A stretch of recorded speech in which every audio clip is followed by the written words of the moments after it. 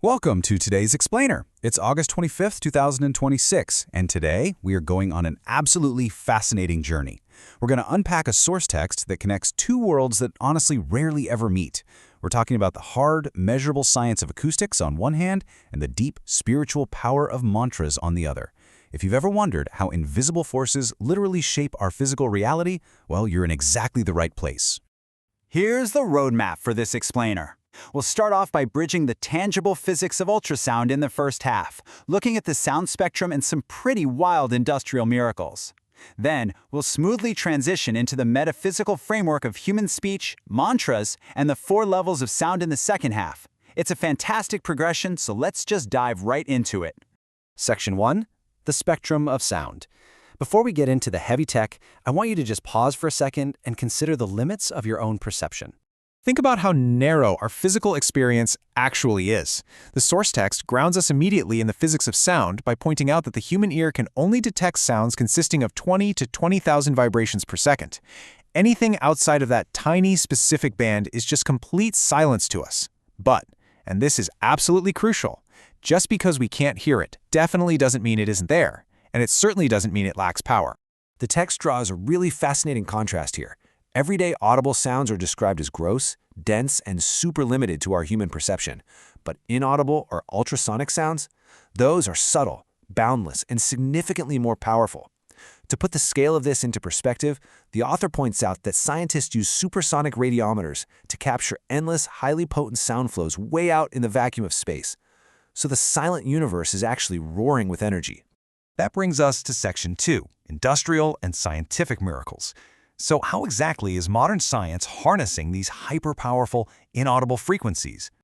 The tangible, mechanical power of sound waves is completely revolutionizing industry. And we aren't just talking about basic echolocation here. The source highlights that ultrasonic sound is being used as a highly effective tool to measure the depth and thickness of objects, probe solid metals for hidden flaws, dry wet materials, cast metals, and even manufacture plastic threads. Major corporations like B.F. Goodrich are leveraging these exact inaudible frequencies to power advanced space radar systems. So we're talking about a physical force literally manipulating matter.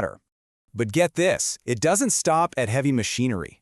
The source brings this to life with some amazing agricultural anecdotes. For instance, an American farmer named George Smith used specific musical flows to drastically increase his crop and butter yields.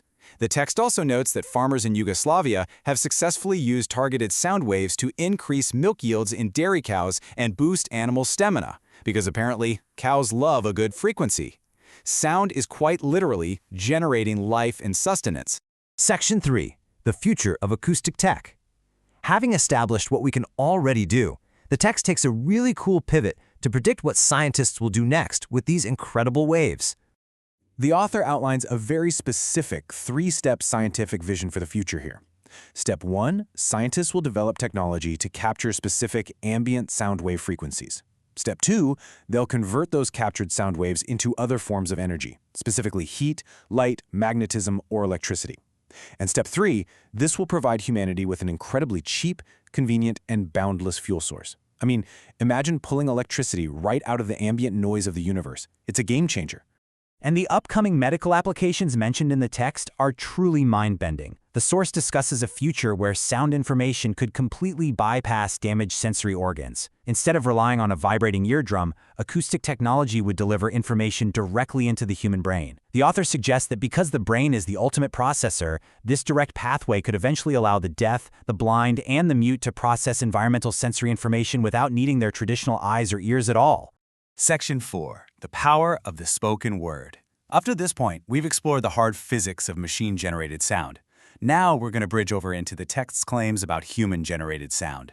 The source text makes a stark shift here, introducing a powerful phrase. Pure, cultured speech is captivation. It frames sweet, controlled, and intentional speech as a literal magnetic force. The idea is that just as a machine can use an ultrasonic wave to mold solid metal, a human being can use pure speech to mold human reality.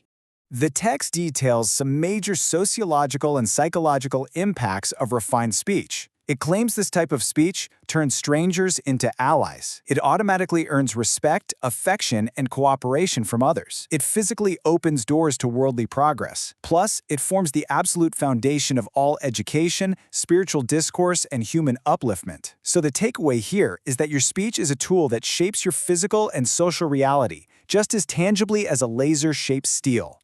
Section 5. The Mechanics of Mantras and Vak. Now we're diving straight into the spiritual science outlined in the text, treating it with the exact same analytical respect as the acoustic physics we just covered.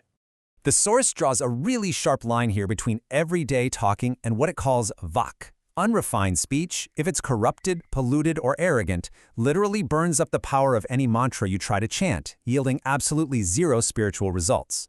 But Vak, or refined speech, requires total purity of mind, word, and deed. When speech reaches this purified level through strict vows, silence, and exact tone, the text claims it unlocks the miraculous power of mantra vidya, becoming capable of actually shaking the material world. To really drive home the power of this purified speech, the text uses some incredibly striking metaphors. Refined speech is called the Kamadhenu, which is the mythological wish-fulfilling cow that provides endless bounty to the practitioner. It's also called the Brahmastra, the ultimate, unstoppable weapon of spiritual practice. In fact, the text states that this level of purified speech is essentially the embodiment of the goddess Saraswati herself. Finally, Section 6, the 4 levels of speech. This is where the text introduces its concluding spiritual framework, organizing exactly how sound travels from the cosmos deep into human consciousness. The text explains this cosmic journey through 4 upwardly ascending levels of speech: Vaikhari, Madhyama, Pashanti, and Para. You might know that the deity Brahma is traditionally depicted with 4 faces, which he used to create the 4 Vedas. Well, the text explains that this is actually a powerful allegory. Those 4 faces represent these exact 4 stages of sound, moving from the dense physical spoken word all the way up to pure, unmanifested cosmic vibration. I love the analogy the author uses to explain how this actually works in practice when someone chants a mantra. First, a spoken word descends deep into the churning depths of human consciousness. Down there, it connects with a hidden source of energy, and then it rises back up. The text compares this directly to electricity making contact with a metal wire. Just as the wire instantly surges with power, the spoken gross word transforms into cosmic energy, creating ripples that vibrate the subtle universe. We've seen today how sound is just so much more than noise. From ultrasonic waves powering space radar and altering crop yields, to the pure, refined Vak that the text claims can shake the material world and transform human consciousness. Both the hard science and the spiritual philosophy point to the same undeniable truth here. Sound is a fundamental force of creation. So I want to leave you with a thought-provoking question to take away from today's explainer. If inaudible sound waves can mold solid metal and potentially power future cities, what realities can your spoken words shape today? Thanks for joining us, and keep exploring.